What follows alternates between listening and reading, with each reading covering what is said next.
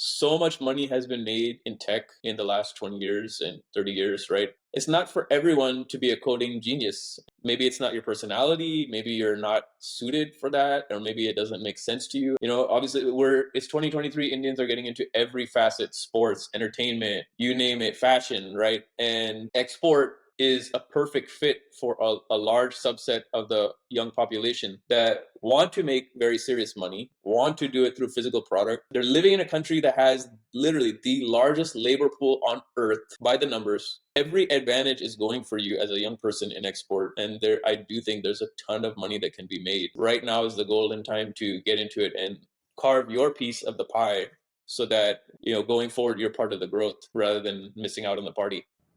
Hey everyone, thank you so much for tuning into the Limitless Grit Podcast. If you haven't already, please subscribe to our channel. This will help us grow and bring more incredible people. Thank you.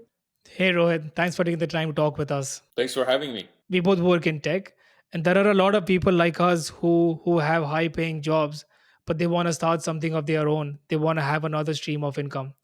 And a lot of people recommend different avenues to have another stream of income that is either being real estate or drop shipping. But you recommend consumer packaged goods or CPG.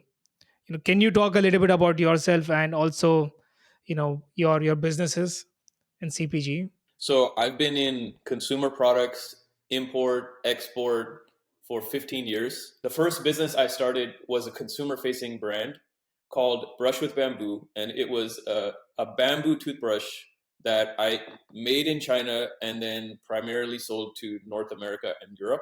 There was multiple aspects there. There was product development, there was import export, there was logistics, and then there was e-commerce. I built the website on a WooCommerce platform. This is actually, I don't think Shopify even really existed in any meaningful way in 2011. And that was my first consumer facing brand. Once I had the product developed and I created a website, I put the product on the website, and then I posted that product to the Facebook page. I got 22 orders on that first day. I still remember. So no one had ever seen this thing. Oh, it's a toothbrush made from wood. Literally, I was the first person in the world to launch that as a retail item, be it in Europe, India, US. Over the next 8-9 years, we needed to expand our product line, and I was getting stuck in this space where I could only come out with brushes that were made of bamboo. So Brush with Bamboo morphed into another brand, which is just a general sustainability brand called Clean Planetera. And along the way, we started realizing that we have a whole team. We need to keep everyone more busy. We're getting okay business from our two brands, but we can do a lot more with the same team. So then we decided that let's get into private label, let's get into custom manufacturing, let's get into basically being the operational and product development team for anyone that wants to start a consumer product brand. So we've done some big noteworthy brands, and we've done lots of small startup brands for influencers, basically doing their product development, their shipping, e-commerce, anything that utilizes our team in some synergy with what they already have going on. What made you want to pick that specific product, bamboo toothbrush, since no one had done that before? And what was your initial cost to even create that product? I was in the place where people are thinking about eco-friendly products, and I was actively looking for some type of niche product that no one really has, that I can be the first importer or product developer of that product. And I randomly watched a movie. It was called Plastic Planet, and it was about how the whole world is suffocating from all this plastic pollution. It had this scene where plastic is in your daily life, it's everywhere. And then the guy gets up out of his bed and he brushes his teeth with a plastic toothbrush. And I watched the whole movie and I was like, okay, there's lots of things going wrong with the world, and this is one of them. Great. I was like, next time I go to the grocery store, whatever they have that's not plastic, I'll go for that. So, and I was living in the Bay Area where they have very interesting product selection at the grocery store. And I was like, they must have something there at a Whole Foods or something like that. I went in there, I didn't see anything. Then I was like, let me Google search it. I don't see anything. Amazon search, nothing. Going on searching Europe, Japan, nothing. Obscure search result I found in Japan. I saw a bamboo toothbrush there, and I was like, wow, I've never seen anything like that before. It's a toothbrush made from wood. And I was like trying to click, can I buy it? Can I buy it? And it was all in Japanese language, no English there. I was trying to see, can I get it shipped? And I couldn't get it shipped. And one of my colleagues in my network, so I was trying to surround myself with a lot of entrepreneurs at that point in time. I still do constantly try to have tons of entrepreneurs in my network. He was 10 years ahead of me in the entrepreneurial journey, and he made his initial money and his entrepreneurial footprint in bamboo fabric. So not really related, but bamboo. Okay, I just sent him a casual email that, hey, look at this. I know you do bamboo fabric, and this is a bamboo toothbrush. Is this something that you are familiar, or would you even know how to find something like this? And he was a American guy, but he had developed all that stuff in China, and he had an existing team and whole network that he's built out. He was about 10 years ahead of me. He liked the idea. I had never imported anything from anywhere before, and I did not know anything about. So his team and he himself, they did a lot of the early factory visits to find me that product, the bamboo toothbrush. And that's how we first imported. And there was a second part to your question too. I forget. Like now, right, when you are thinking of like what products to sell, like how do you go about like researching like what would be the right products to sell? Like are there certain websites, or how do you like follow trends? When you're trying to come up with a product idea, you need to look at the outside world, what's going on, and then you need to look at yourself, the inside, and analyze yourself. Like, what are your strengths? Where can you be competitive, and why can you be uniquely good at selling this product as opposed to any other person? So many people come to me because I've highlighted, for example, the opportunity of millets. Probably one of my most viral videos. I gained like 20,000 followers in 1 week from posting this video about millets, because I was highlighting the fact that in the natural products market in the US and Europe, there's a demand for low glycemic and gluten-free grains, and India has these grains in things like jowar, ragi, bajra, but you're not seeing a lot of those millets in the mainstream market. Like if I walk into a Whole Foods or a Sprouts Market or all these other natural food stores, like millet-based products are absent. Maybe 1 out of 20 will incorporate millets, even though that is a gluten-free, high in fiber grain, which could be used for tons of things, but it's not. And a lot of people are constantly messaging me about, okay, millet. But how, like, if you are getting into that space, like, what is unique about you that would make you a successful entrepreneur in that space? A lot of people come to me and they will give me the idea like millet or artificial diamonds, and like there's two completely different things, right? Lab grown diamonds, whereas the lady that's been a food blogger for the past 10 years, and she has like so many posts about food, and if she posts about millet, she will get sales on day one, and she will also attract the interest of retail buyers, wholesale buyers, right? So she's uniquely suited in a position to sell food more than anyone else. So that's the example of like, okay, there's a larger trend. You're looking at the outside world. There are larger trends going on towards natural. There's also larger trends going on towards importing from non-hostile countries like India. People are looking for trade alternatives to China. They're also looking for ways to start up food brands without crazy high MOQs like you'll see in the US. Like, say I wanted to start a millet food bar in the US, and I wanted to go to a contract manufacturer right now that this is my idea, this is the ingredient list, and they'll be like, who are you? You're nobody. My starting order is 100,000 bars. For you, that's 200,000 USD. So otherwise, buzz off. That's usually the contract manufacturer's response on the US or European side, because they have all these labor laws, all these high minimum wages. They have all the XYZ things that prevent them from taking any small orders. So you could make it. You could make in India for a low cost, low MOQ. So there's the larger trend is that people are looking people are always looking to start a new food product. That's always happening. Millet's in trend, and you have low MOQ people that can do it for a low MOQ in India with all the safety compliance.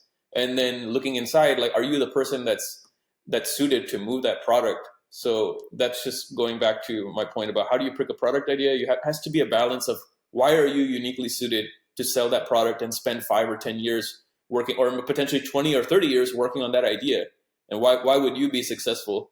And also, is it the right time in the market for that product? Like if someone was to come right now and say you want to get into bamboo toothbrushes, which is my first product, I would say just forget it. You're going to spend 10 years banging your head against a wall and not going to make any money, because the market has reached a saturation point. Like I came out with the first one 12 years ago, and now Colgate and Oral-B also have one. So why would you start one right now? You're not going to make anything. You're not going to make any money at all. Do you recommend this business to someone who has a full-time job, who makes decent living, and who wants to have like a side hustle, but they don't really want to spend a lot of their time? If it's a side hustle that's also a passion project, then it could be a fit on top of your regular 9 to 5 p.m. job. Let's say you're in an IT job or whatever type of job, and this is like you want to get into consumer products as a side hustle and you don't have any direct experience with it, then I would make sure that you have some type of interest or deep connection in the space that you're getting into. Otherwise, it will be a struggle, and it won't be fun to layer it on top of your 9 to 5 job. Yeah, that's a good point. So just to summarize, so you had a product and you built a system out of that. That system included product development, manufacturing, shipping it from overseas, maybe China, India, to USA, warehousing, and then selling it. And that system, you were able to leverage the same system for other companies as well and provide services to them. So let's try to break that system down.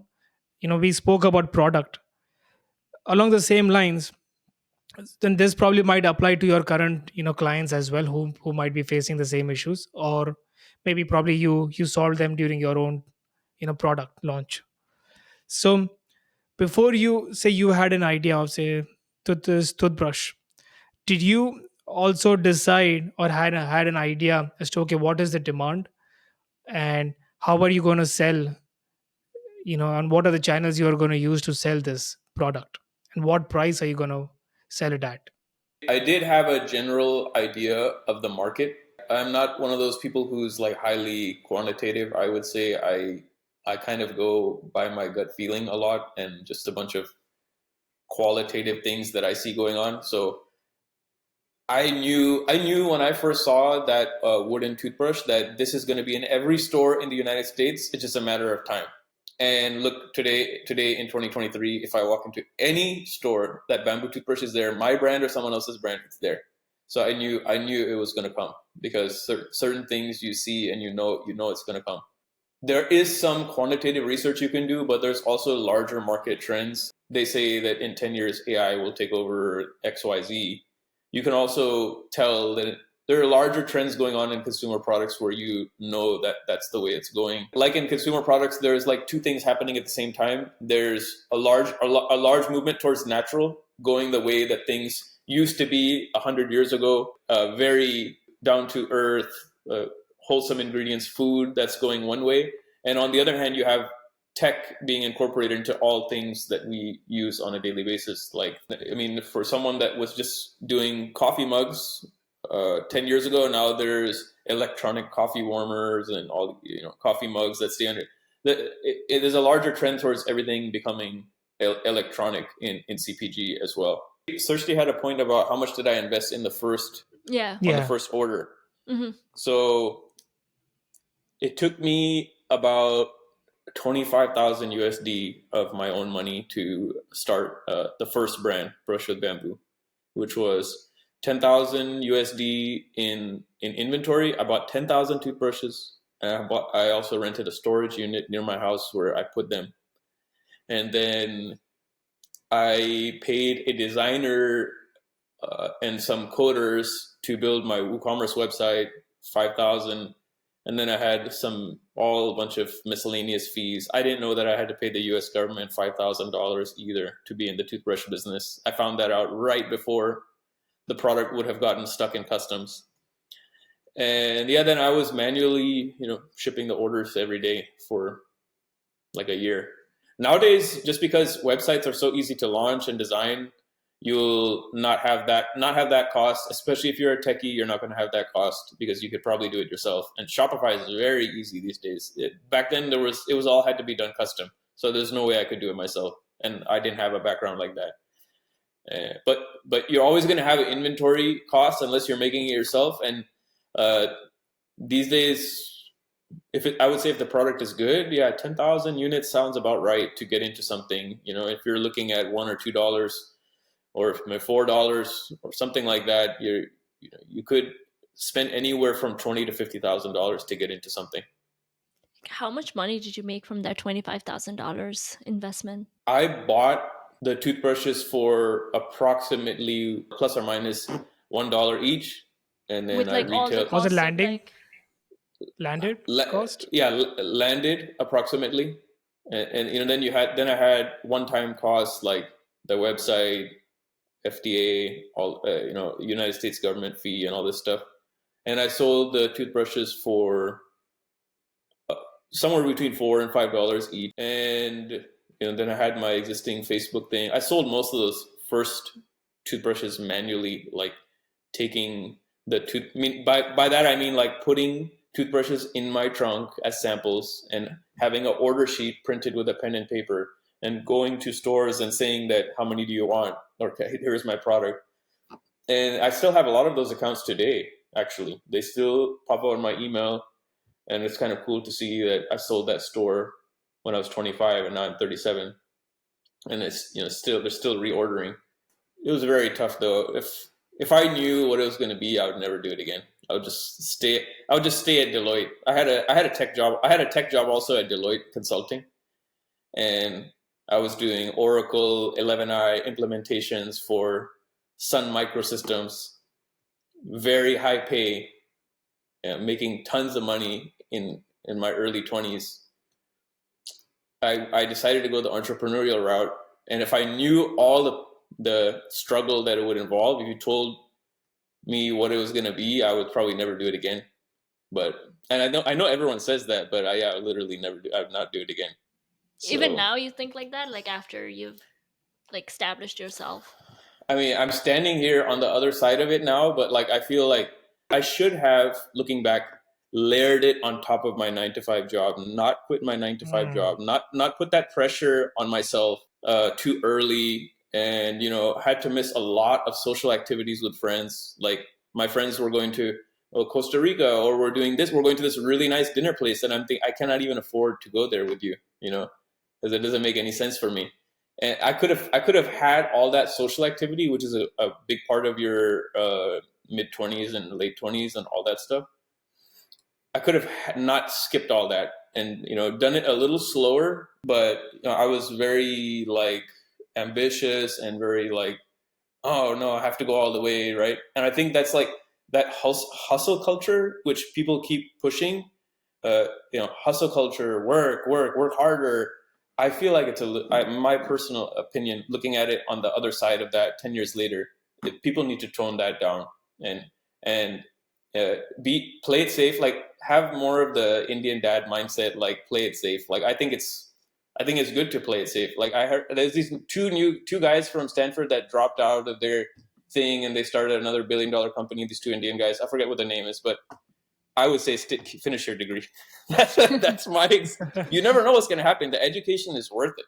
You never know what's going to happen. Anything can happen with your startup, and no one can take that degree away from you once you have it. Don't drop out of anything. I would keep your 9-to-5. And you know what? If you really have an entrepreneurial bug, I would say get a different 9-to-5 that's not all consuming.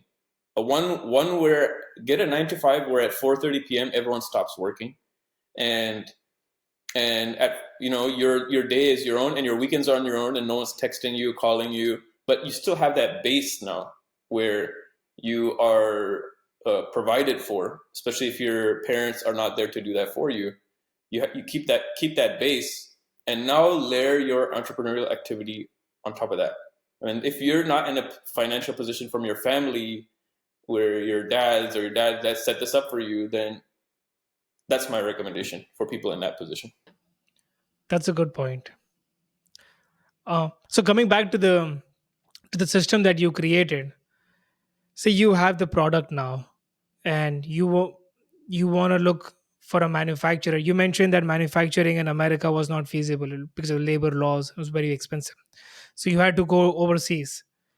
How did you find the factory, and how did you vet them? So it depends whether you can manufacture in America or not, or Europe or not. That it really depends on the product. In my case, I had a product that had to be made overseas because bamboo is not, and toothbrush manufacturing in general doesn't happen in the US, right? I try to focus on Indian factories as much as possible now, because that is, not only is it a global trend, but also a lot of Indians working in IT right now, and they're looking to get into consumer products. Like, that's where you're going to be also strong as a manager of that supplier, right? I have a lot of people come to me and they're from Rajasthan and they have all the connections to make sure nothing screws up in Rajasthan, something like that. So if you can utilize where you're from to your advantage, why not? That's your unique advantage. Anyways, going back to what you can be uniquely have an advantage in. There are multiple things that you need to look at to make sure that that factory is a fit for you.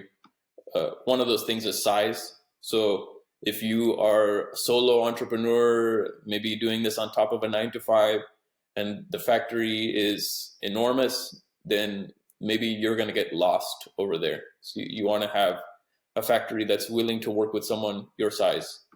You also want to look at the people. So relationships are very important. If you're not speaking directly to the factory owner or on top management, and they're just putting an account manager with you, I would say that's a red flag, because that account manager is 100% not going to be in that position in 2 more years. So you want to make sure that you are, especially if you're just starting off, you want to make sure you have the attention of the boss at least. Like, why isn't that person speaking to you? If they're not speaking to you, then that's a red flag, because you want to be working with these people in 10 more years, and that account manager is not going to be there in 10 more years. And then you also want to look at just product and packaging. Can that factory, like, you have a vision for your product and packaging, can that factory make it that way? Or is it not really going to be the product that you want? You also want to look at price and the timing, pricing, timing, and location. So let's say they can make the product that you want.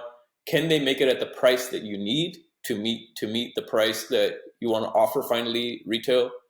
Can they do it in the lead time that's reasonable? Are they quoting you 60 days or 90 days? Or I've had factories quote me, "Oh, right now we're really backed up and it's 6 months lead time." But that doesn't work, especially for a solo entrepreneur. Like, you need a 30 or 60-day lead time at most. You want things to move fast if you're a solo, and location. Like, you want if they're based somewhere that you can never, it's not really convenient for you or to go there, then you want to probably pick someone else or pick Would something you else. focus on factories that are, say, closer to the port or closer to the Not railway tracks? completely irrelevant in today's world. Who's closer to the port, who's closer to the rail, is completely irrelevant. It doesn't add anything to your logistics is so good now, and logistics is pretty much automated. Like, no one is doing, unless you're a logistics manager, you're not managing logistics, because it's all done. All the freight forwarding is done by the third-party companies that are extremely tech forward now. And where I never care where is a factory. I just make sure that I can speak their language, and that they're nice people. They're easy to get along with. But how close they're located to the port, it probably adds like, if you, I mean, the math can be done very different ways, but like, let's say on a product that's not very heavy, like physically heavy, then they're close to the port, not close to the port, it's going to add like 5 cents USD to my, it's not going to make any difference to my per unit cost. So I had a product I was selling from 2018 to 20, and it was like areca leaf plates from Kerala. When I did my initial research, I didn't know how to vet a factory. So there was a company who had an incredible website online. So I was like, oh, send me some pieces of the product. And they sent me the pieces. And I had a friend. So I was like, oh, can you go and check and see if that's like a real factory or like a manufacturer? He went and it was like a fake factory. But thankfully, I had someone who can just go and check like physically. But a lot of people might not have that luxury. So are there like websites or places where people can vet a certain factory or manufacturer online? How do you vet? I would say that for 99% of the people watching this podcast, you need to do exactly what you just said, is that you need a friend or a contact, or you need to physically go there yourself. If you physically going there yourself is not an option, then you need like a friend, family member, or other contact going there. I think that is the lower cost, better way to do it for an entrepreneur that's just starting off. But obviously, when if you're getting into hardcore like product sourcing in the way that I do it, then yeah, there are services too. Like there's a company called Bureau Veritas, which will go and make visits all over China. I don't think they do India, but there's trading companies in India too that will do this type of stuff. There's trading companies in China.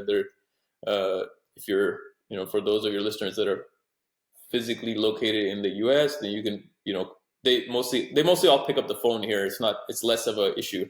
But for doing things in India and China, I would use a trading company. But What's a trading company? A trading company is like a middleman between factories and buyers of brands, or distributors. Okay. So instead of Okay. talking with like 10 people, you just talk with one trading company. Yeah, a trading company specializes in, and it's a great way to start also. Like, let's say you are not wanting to visit the factory, or not physically able, or you're just not interested. There are trading companies in India that will go and research the factory for you. They will go and visit for you. They'll do a quality checks for you. And you will obviously, your per unit cost on your product might go up, because a lot of them are going to take cuts. Even if you tell them not to take a cut, there for sure something is happening, or they're going to charge you monthly retainers for their time. So, but if you're just starting off and you don't want to get into all of that, then I would recommend you just have a friend or a family member or someone go and check it out. That's the easier way to do it.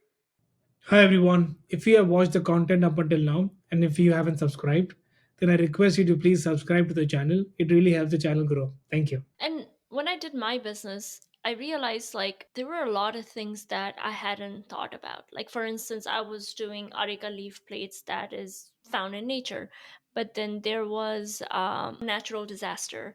And because of that, like my areca leaf plates, I wasn't getting for 6 extra months. So for someone who might want to start a business, like I think they need to think about products that are like easily available or not, or if there is something unforeseen happens, like what can you do about it?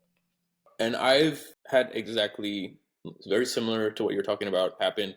I've done some bamboo products from the Northeast, like Meghalaya, Assam, and I've had suppliers call me and tell me that it's raining and production is going to be 30 days delayed. That is happening less. No one in China will ever call to tell you it's raining. Never. They will figure out that order. No one will ever say it's raining to you and it's 30 days delayed. They will make that order happen. That's the Chinese manufacturing culture. If your business is manufacturing, then a true manufacturer needs to have production independent of the weather, meaning something in place that when it rains, you have another step in the process where you dry, something like that. And your manufacturing of your product needs to be indoors. What you're saying, I've heard it. I've heard it before, and I've had it happen to me before. I would say I have heard less and less of that now in 2023, and more of that like 8 years ago. But Indian manufacturers are getting up. The people that were I was talking to, they're 25, and now they're 30. They've made a lot of all those they've made those mistakes, and they've lost those orders, and it is getting more professional, the manufacturing. I've seen it firsthand. But if you're dealing in India, Malaysia, Thailand, whatever, you want to ask them, like, what is your contingency plan, especially if you're dealing with a natural product? Like, what happens when rain happens, snow happens? Like, you need to add something into your production, so I never can go out of stock. Because every time you're out of stock, you're losing customers. Yeah, those are the questions I didn't even know I had to ask. And also, I think it's really important to go visit there, because you might see some things online or on a video call, but once you go there and see how they make products, it will give you a whole different uh like picture of like what's actually happening. So before, I would say, like, even making up your mind, like, it's extremely important to go to the factory and just see how things are made.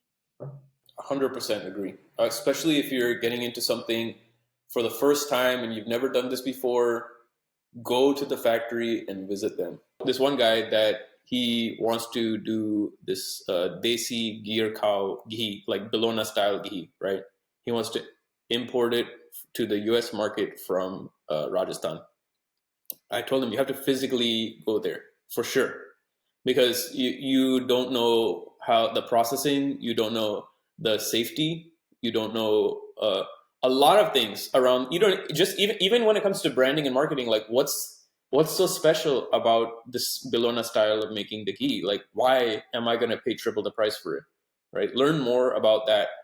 So factory visit, if you're just starting off, very important. And I did that. I know that firsthand. So the first 10,000 toothbrushes I bought, we had a 5% defect rate, which is high. And when you have that's too high for it's completely unacceptable for a toothbrush, especially because a toothbrush is a medical item that's going in your mouth.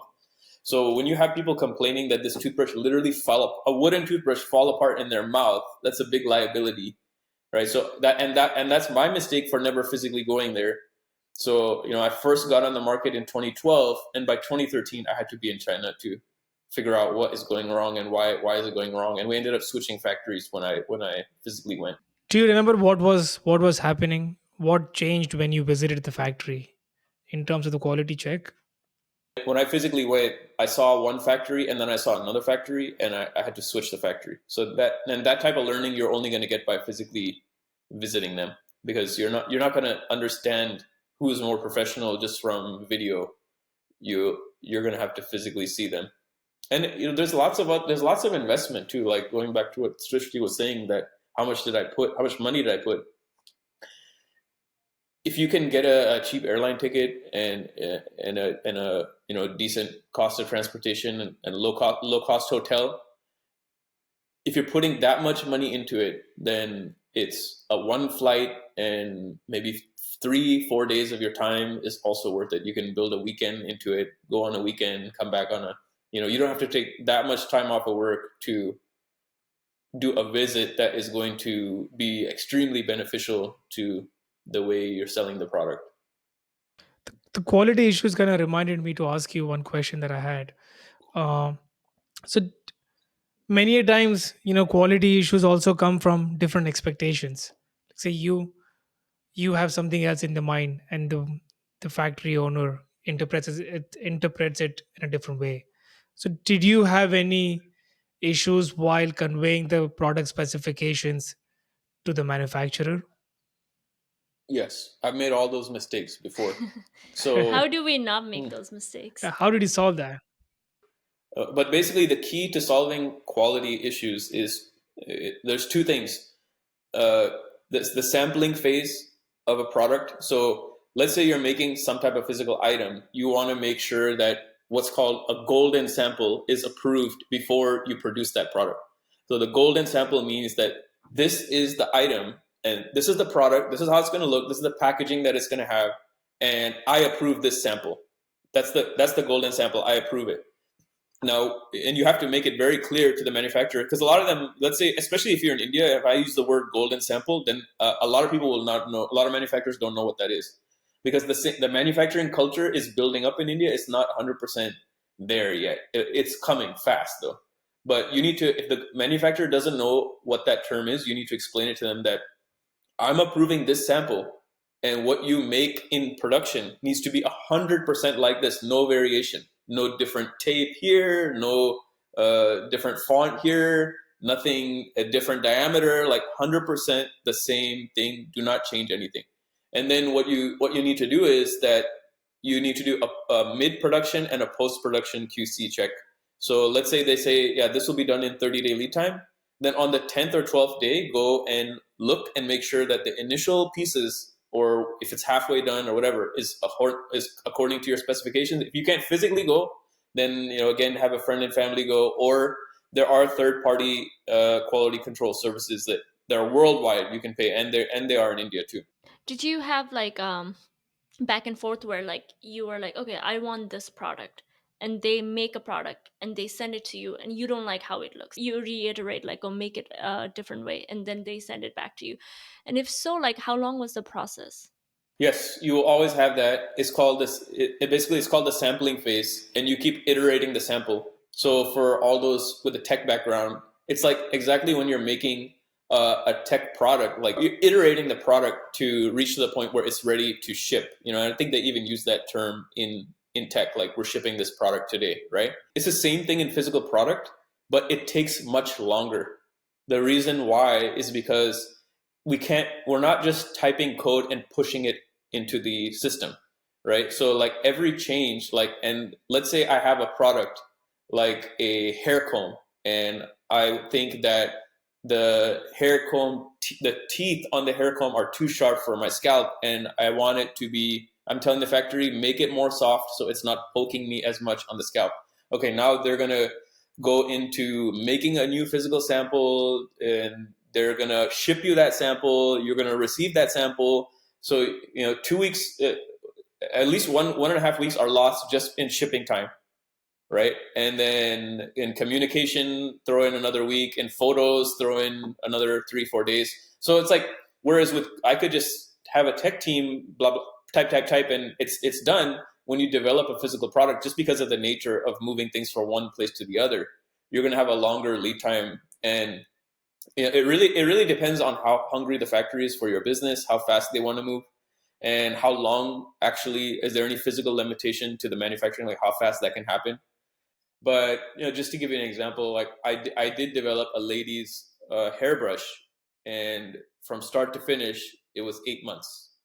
And that's for someone that knows what that was. When I was at like the intermediate or advanced level of my career in terms of my knowledge.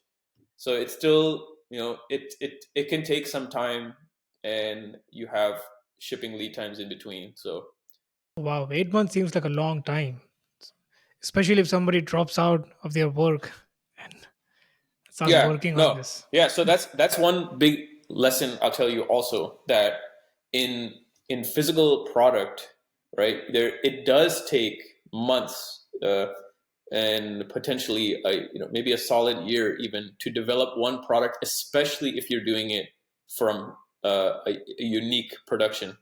So if no one's made that product before, and you're doing something unique, and you're not just putting your brand on something that the factory already makes, then it is going to take you some time. It's just like developing an app. If you think about it, like that app, you're going to take a year and a half to make that app. Maybe some people can do it faster, but it depends on how fast the factory is moving and how fast you're moving. Because it's a physical item, there's the moving around of it, which takes extra time. And if the factory is busy, and let's say you need another revision, and they're like, oh, we have to do 2-3 more things before we get to your thing, that adds to the time. Like I've developed a line of custom underwear for 2 influencers right now. And I think start to finish, it took probably 18 months to develop their underwear from idea to reality.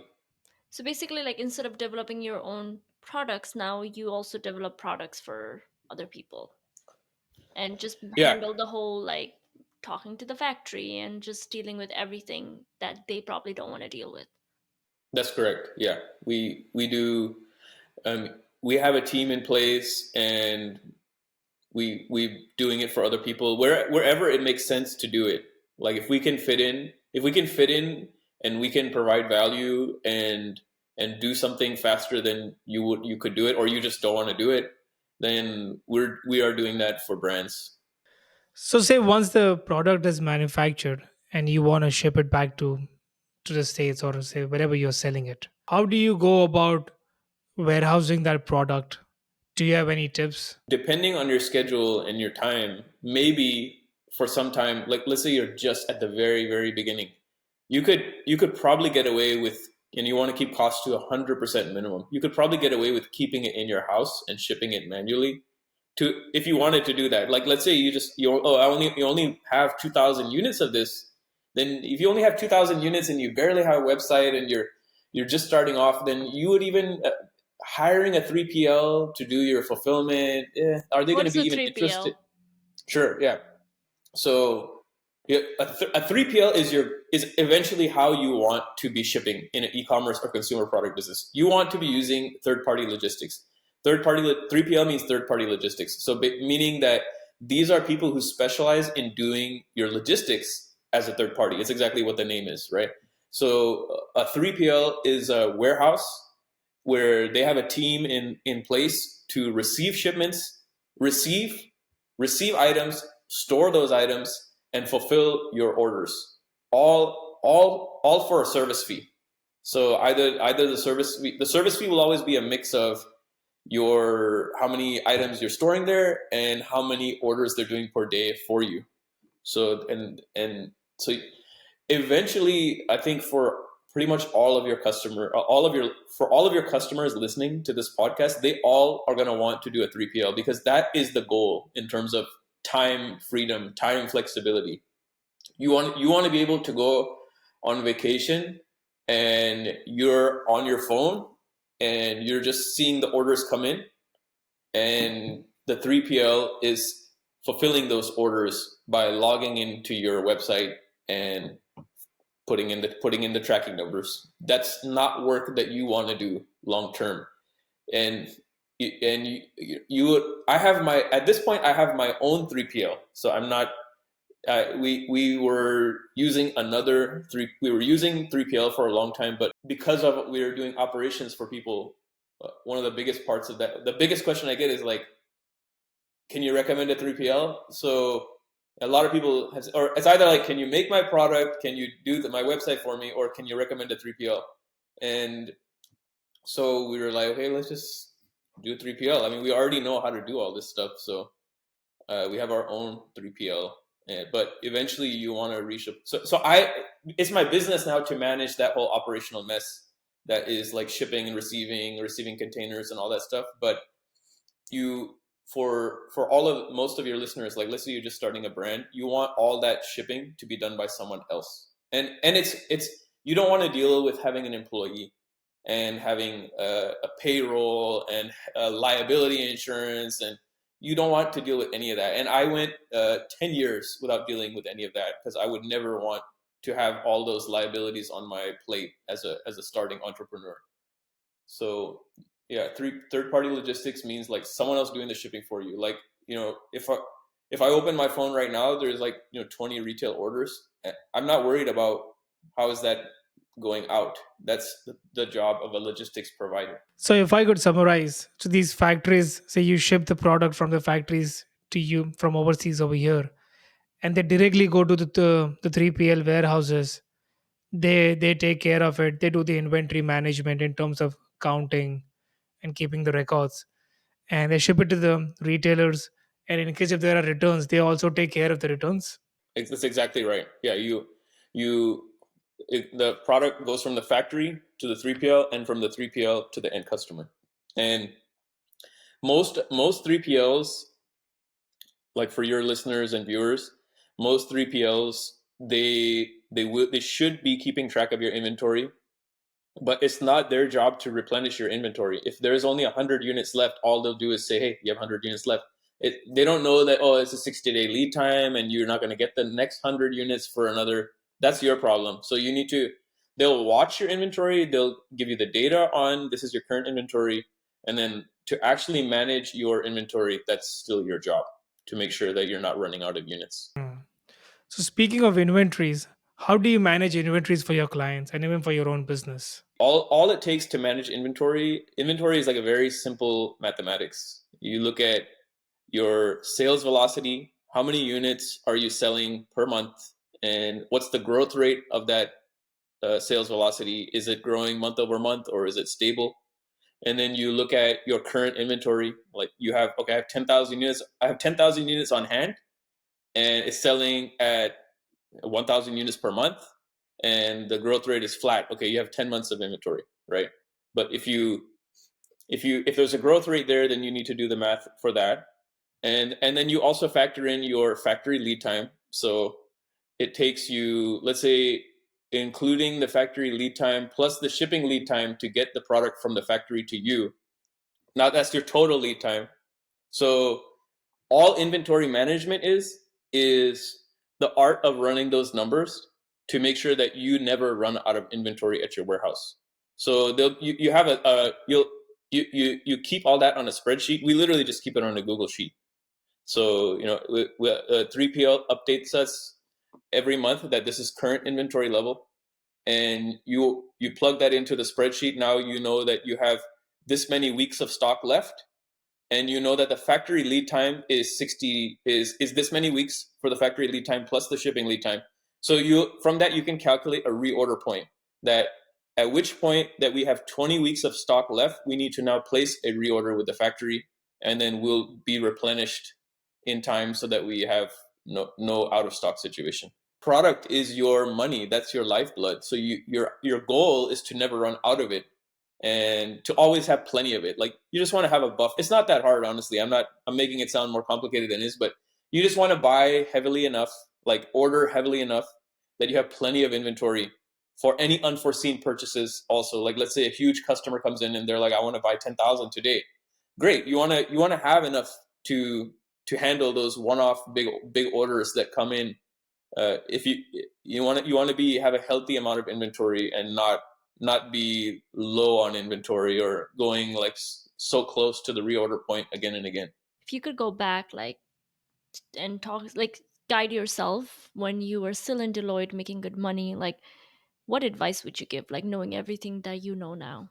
If you're selling an item where it's selling because it's competitive on price, then you have long-term staying power in that category. Like, if you are able to come to the market with a product that's beating a lot of other products on cost, then you have long-term potential there.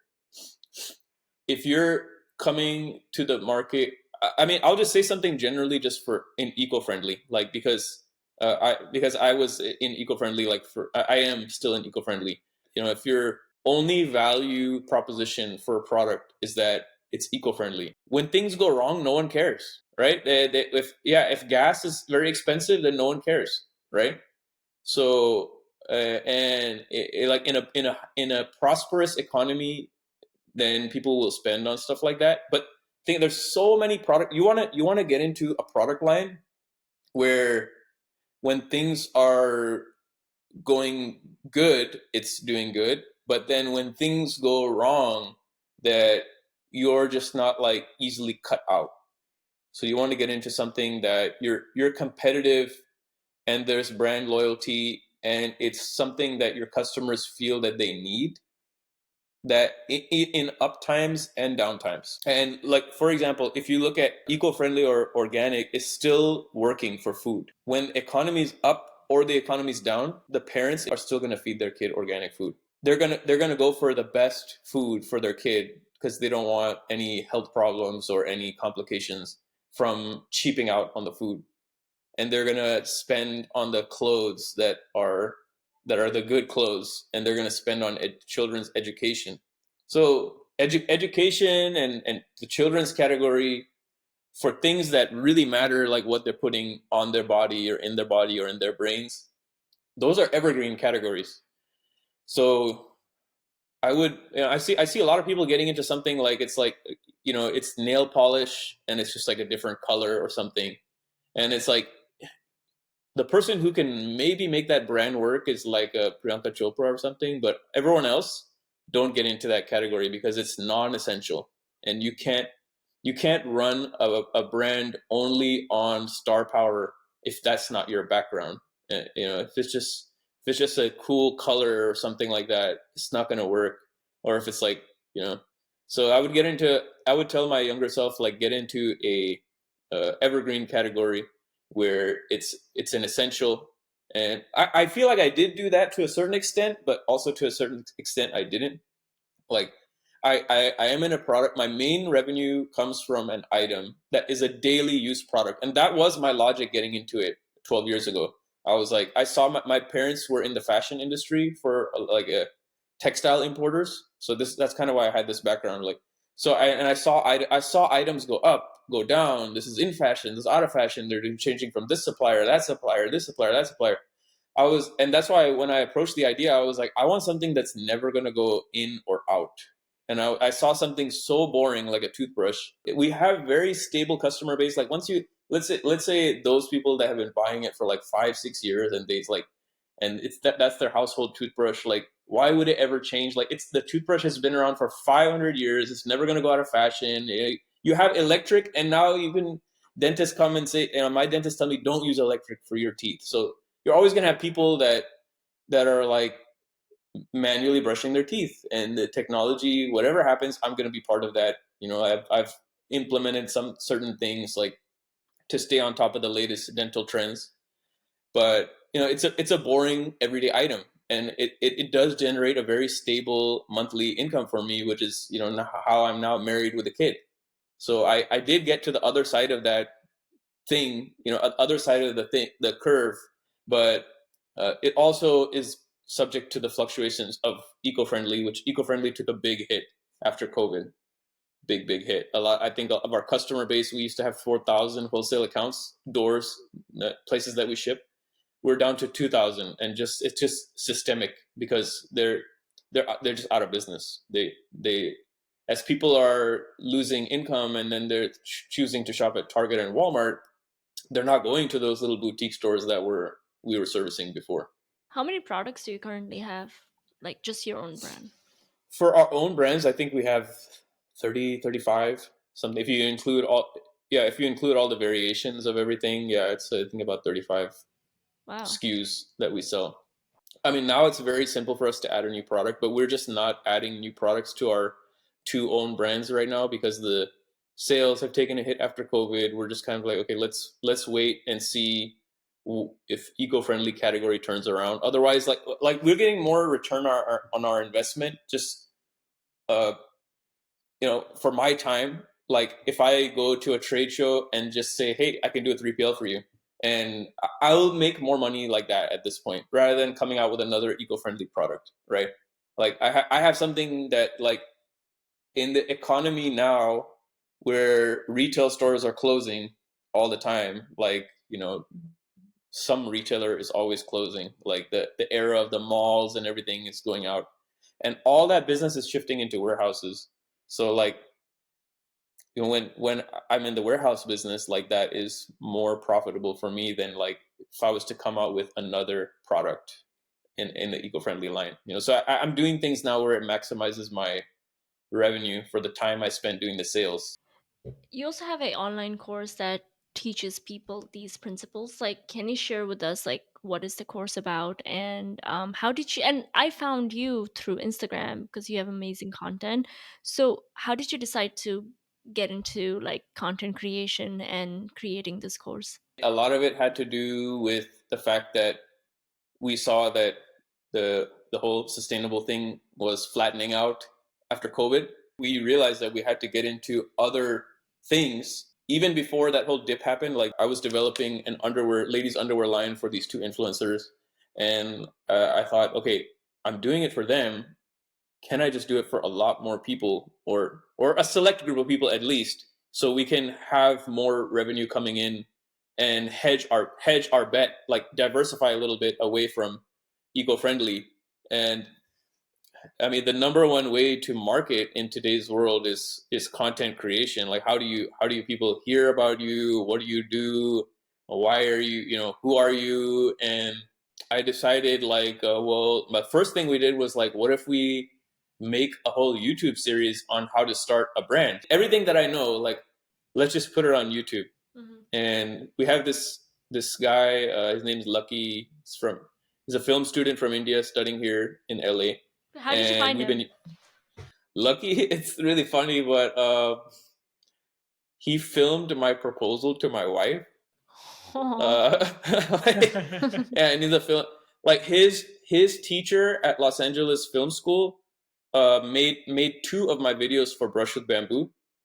And when I asked that guy who was Lucky's teacher in the film school, I asked him, "Hey, you filmed my proposal. I'm proposing to my wife. I want to make a video about it." So the guy was like, "I'm busy that weekend, but I have this student that works for me, and you would get along with him because he's also from India, and his name's Lucky." And ever since then, like, so Lucky is he's made like my son's first birthday video, some of my engagement videos, and then he did a lot of the product photography on our websites is done by him. White background, e-commerce photography. He's just a general video audio guy. So and now he's working with us like on a monthly, and he's basically produced a whole YouTube series, and he helped put do all the editing and stuff like that, and then started posting that content. And the initial idea, like, why did I start posting content on YouTube and Instagram?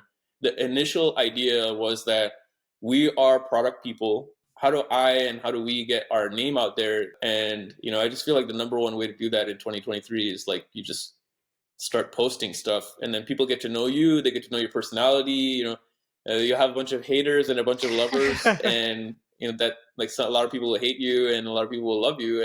But the nice part about social media is that, like, I went to a trade show a couple of days ago, and I went around and I'm shaking hands with people and telling them about our company, and they're telling me about what they do. And obviously, just like in any human interaction, like, some people are gonna right off the bat looks like they're standoffish, like they don't want to deal with you, and some people are friendly, but maybe they don't want to pay you, right?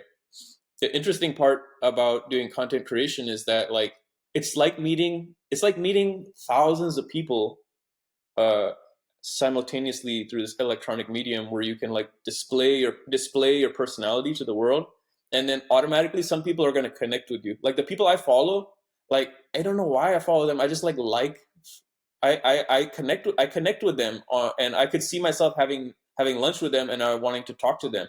And I think that's the interesting part about content creation, is that, like, you're putting yourself out there, you're putting your personality out there, you're putting your flaws out there, and your entire the way you are as a person. And some people are gonna connect with that and think you're awesome, and some people are gonna not connect with that and not like you. And but that's gonna happen anyways. I could do it at a trade show and have it happen at 1/100th of the speed, or 1/1000th of the speed. And I walked the whole trade show and only one person connected with me on a person to person level. Or I could do it through content creation, which, talking about making money fast, like, this is the way to do it fast, because content creation enables you to meet thousands and thousands of people in way less time. And if you want to optimize for your time, then that's why I started creating content. So I was like, I know a certain I have this certain base of knowledge. Let me share it with the world.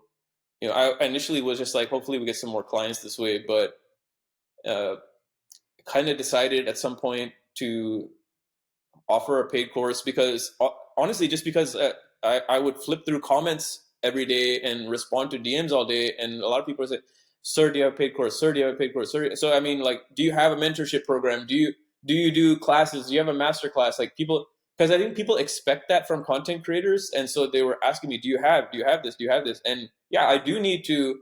If I take out a period of my time and dedicate it to looking at your situation and improving or giving advice, yeah, I have to charge something for it. So that makes sense. And so yeah, I started doing a monthly export seminar. Majority of my, I just noticed that the majority of my followers are are trying to do import export from India. My YouTube series is very generic, has not country specific at all. And then when we posted the shorts from that YouTube series and even just got the response on YouTube, I noticed that majority of the people are trying to do something from India. Also, I mean, obviously that has to do with my name is Rohit Kumar, and that's, people are looking at me like, okay. And then I also happen to have done, in terms of importing consumer products from India, I am very early in the game in terms of bringing that stuff into the US and Europe. Like, a lot of people, a lot of manufacturers in India are doing a great job. Like, they have that level of quality that they can export outside of India, but for whatever reason they're not doing it or not thinking about it. And I did get in very early into that game and got to see a lot of the mistakes that are happening, the things that are not being done right, and the common issues. And so started hosting this seminar, how to export from India to the world. I was talking to him yesterday. Like, I was going through Instagram, and I know why it resonates with people, because it's very niche, and you have like very practical videos on things that people can implement in their like businesses. So like, I think you have like captured a very niche market that a lot of people are interested. Like, I was talking to one of his friends, and he was like, oh, like that is something I'm totally interested. I want to like import something from India, and like a lot of people want to do it, but they don't know how.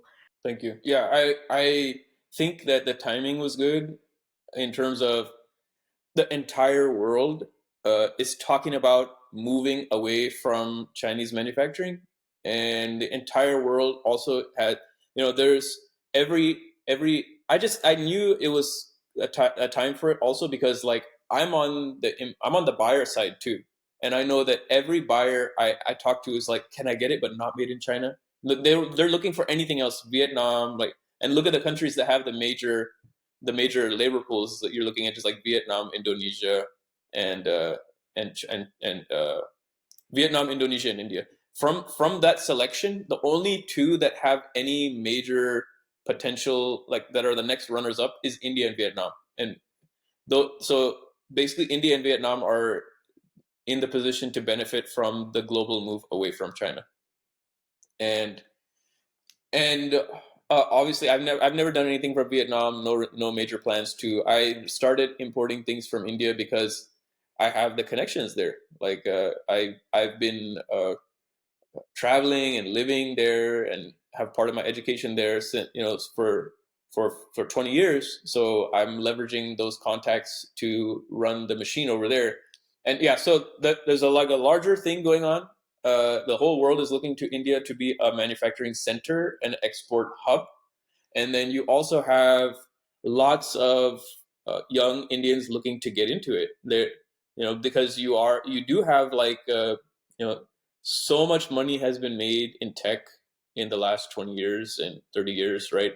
Millionaires and billionaires made in tech, and it's not everyone's mental forte. Like, it's not for everyone to be a coding genius. It's not. Maybe it's not your personality. Maybe you're not suited for that, or maybe it doesn't make sense to you as much as, obviously it's 2023. Indians are getting into every facet: sports, entertainment, you name it, fashion, right? And export is a perfect fit for a large subset of the young population that want to make very serious money, want to do it through physical product. They're living in a country that has literally the largest labor pool on earth by the numbers, right? And so every advantage is going for you as a young person in export. And I do think there's a ton of money that can be made. And if you're getting into it, it's right now is the golden time to get into it and put carve your piece of the pie, so that going forward you're part of the growth rather than missing out on the party. Yeah. Hmm. Hey, thanks so much. And if people want to connect with you, like, where can they find you to get more information? Best way would be my Instagram, which is my handle is it's Rohit Kumar, its Rohit Kumar. I'm also on LinkedIn, Rohit Kumar. There's a lot of Rohit Kumars out there, so the best way to search on LinkedIn would be like Rohit Kumar New Origins, which is my company name. Hmm. So, but yeah, my Instagram is where I post all of my media. I'm posting 2 to 3 times per week. Yeah. and uh, like you said, lots of niche content related to this like very specific field that I'm in, which is Indian export import. Your YouTube is pretty good too. And my YouTube, yeah, Yeah. we're gonna be posting new stuff on YouTube too. Hey everyone, thank you so much for listening to our podcast till now. I hope it added value in your life. And if it did, please subscribe to our channel. It will help us grow and bring more incredible guests. Thank you.